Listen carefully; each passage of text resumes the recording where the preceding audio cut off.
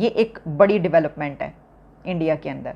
RBI allows payments for cross border trade in rupee move to benefit trade, यानी कि reserve bank of India RBI ने ये allow कर दिया है कि जो पेमेंट्स हैं फॉर इंटरनेशनल ट्रेड वो रुपीस में हो सकती हैं। इंडिया ने रिसेंटली ये क्लेम किया कि वो तकरीबन 14 मुल्कों के साथ अपनी करेंसी के अंदर ट्रेड करेगी, तो every year India $36 billion save करेगा अपने। इंडिया में भी बड़ा जश्न मनाया जा रहा है, लोग खुश हैं वहाँ पे कि जनाब जब इमरान खान वापस आएगा तो पाकिस्तान जो है वो ग्लोबली आइसोलेट होगा। मुझे लगता है कि हमारी पूरी कौम कोई बहुत ही बड़ी मामू है। आप खुद ही समझ जाओ, मैंने लफ्ज़ मामू इस्तेमाल किया, लेकिन आप क्या हो आपको पता है। उनकी इकोनॉमी बहुत ज़्यादा स्ट्रॉन्ग होने वाली है अगर ये वाकई स्टेप उन्होंने ले लिया, क्योंकि इस तरह के बोल्ड स्टेप्स लेने से ही जो है ना कंट्रीज़ में और किसी भी जगह पे रेवोल्यूशन आती है। अभी IMF ने $1.8 बिलियन उन्होंने कहा हम आपको देंगे। ये जो सिचुएशन हुई है इसमें तो हो सकता है वो पैसे भी रोक लें। क्या पाकिस्तान कभी भी अपने कर्जे उतार भी पाएगा या नहीं? दिस इज व्हाट कहते हैं, पार्टी जस्ट बिगिनिंग। पार्टी तो अभी शुरू हुई है भाई, अभी तो शुरू हुई है पार्टी। आप बहुत सारी कंट्रीज़ के साथ ट्रेड करते हैं और अपनी ही करेंसी में करते हैं, तो इसका मतलब है कि आप पावर बनते जा रहे हैं। पावरफुल। जय हिंद दोस्तों, a very warm welcome to Hindustan special channel. अब रुपया भी डॉलर की लाइन में आकर खड़ा हो गया है। भारतीय रिजर्व बैंक ने एक ऐतिहासिक फैसला लिया है जिसके चलते ये मुमकिन हुआ। दरअसल रिजर्व बैंक ऑफ इंडिया ने इंटरनेशनल ट्रेड सेटलमेंट के लिए भारतीय रुपए के इस्तेमाल को इजाजत दे दी है। रिजर्व बैंक ऑफ इंडिया ने कहा है कि वैश्विक स्तर पर होने वाले हर कारोबार का निपटारा भारतीय रुपए में किया जा सकेगा। दरअसल एक्सपोर्ट में भारतीय रुपए के इस्तेमाल से ग्लोबल ट्रेडिंग में रुपए को बढ़ावा मिलने से भारतीय रुपया बहुत मजबूत हो जाएगा। इस फैसले से देश को आर्थिक रूप से आत्मनिर्भर बनाने में काफी मदद मिलेगी और डॉलर पर भारत की निर्भरता में काफी कमी आएगी। दूसरी तरफ पाकिस्तानी मीडिया ये चर्चा कर रहा है कि इमरान खान फिर हुकूमत में आ रहा है। इससे भारत में जश्न मनाया जा रहा है क्योंकि इमरान खान के होते भारत को कुछ भी करने की जरूरत नहीं है, पाकिस्तान खुद ब खुद बर्बाद हो जाएगा। तो चलिए दोस्तों आज की वीडियो की तरफ चलते हैं। Thank you so much. हमारे जो हमसाया कंट्रीज़ हैं वो कितने सुकून से तरक्की करते हुए नज़र आ रहे हैं। बल्कि मैं एक और चीज़ देख रही थी कि RBI allows payments for cross border trade in rupee move to benefit trade with Russia, यानी कि reserve bank of India RBI ने ये अलाउ कर दिया है कि जो पेमेंट्स हैं फॉर इंटरनेशनल ट्रेड वो रुपीस में हो सकती हैं। अब इससे रशिया से वो बहुत बड़ा फ़ायदा उठा सकते हैं। ये एक बड़ी डेवलपमेंट है इंडिया के अंदर। अच्छा, अब होता कैसे है कि इसके लिए बहुत सा काम होता है, यानी ये कि अगर वो रशिया से ट्रेड करते हैं और वो ये चाहते हैं कि जैसा ये जो अब अलाउ कर दिया गया है कि invoicing and payments for international trade in rupees, in Indian rupees, तो वो रशिया से जो अकाउंट्स हैं वो इंडिया के बैंक्स में अकाउंट्स खोले जाएंगे और फिर ट्रेड जो होगी उसमें रूबल जो वहाँ से आ रहा है उसको जो है वो बैंक्स में रखे जाएंगे। फिर उसको जिस वक्त ट्रेड होगी वो कितनी मालियत की है और उसमें उसको उस वक्त के रेशो के हिसाब से कन्वर्ट करके उसकी पेमेंट होगी।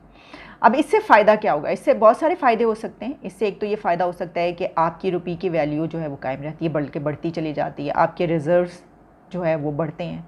फिर ये कि आपकी जो डॉलर है वो आपके ऊपर असरअंदाज नहीं होता, आपकी ट्रेड जो है वो बढ़ती है, उसमें आपको बड़े फ़ायदे होते हैं। फिर ये कि इसको देखकर और कंट्रीज़ भी देखते हैं कि अच्छा ये हो रहा है, तो फिर दूसरे कंट्रीज़ कहते हैं कि चलें ये हो सकता है। एक तो ये कि इसको पॉसिबल बनाना, इसको मुमकिन बना के दिखाना कि ये है तरीका, ये कर सकते हैं, तो यकीनी बात है कि इसके और बहुत सारे फ़ायदे होंगे। लेकिन असल में मैं आर्टिकल पढ़ी थी कि इसका जो बेनिफिट है वो ये है कि this is aimed at promoting the growth of global trade with emphasis on exports from India and to support the increasing interest of the global trading community in Indian rupee।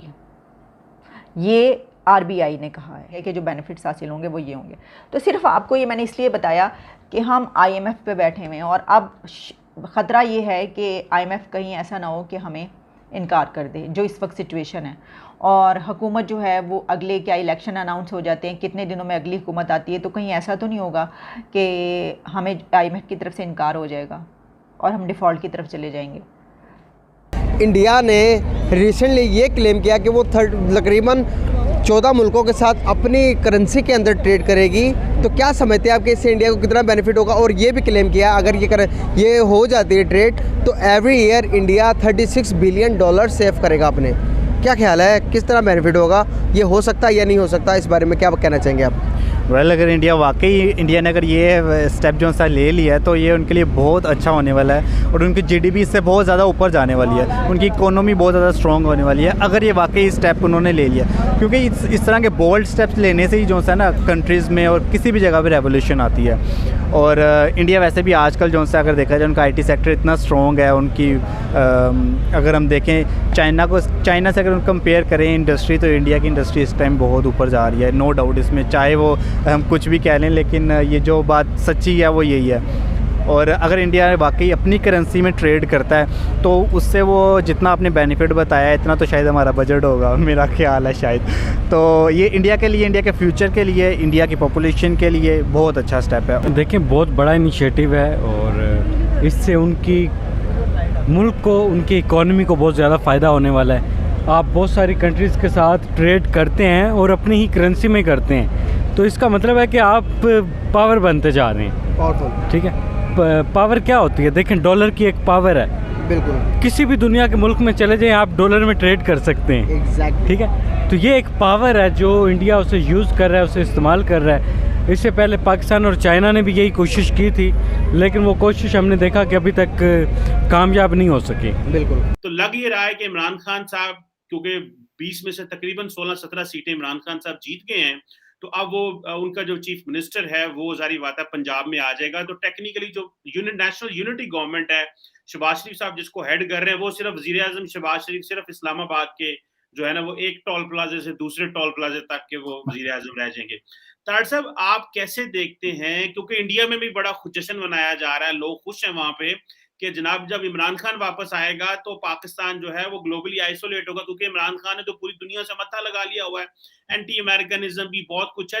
तो तारड़ साहब जो अभी आप ये बताएं कि ये जो इंटरनेशनल पॉलिटिक्स में हमारे इंडिया और अमेरिका के साथ क्या होने वाला है, क्योंकि इमरान खान साहब ने जाके फैलाना तो हाथ ही है, यहाँ तो होना है कोई हमारे पास पैसा हो, IMF की डील हमारी फंसी हुई है, अभी IMF ने $1.8 बिलियन उन्होंने कहा हम आपको देंगे, ये जो सिचुएशन हुई है इसमें तो हो सकता है वो पैसे भी रोक लें, क्यों अभी तो बिलावल ने जाके एंटनी ब्लिंकन से बात शुरू की थी, मामलात चले ही थे कि फिर इमरान खान की वापसी, रिटर्न ऑफ इमरान खान हो गया।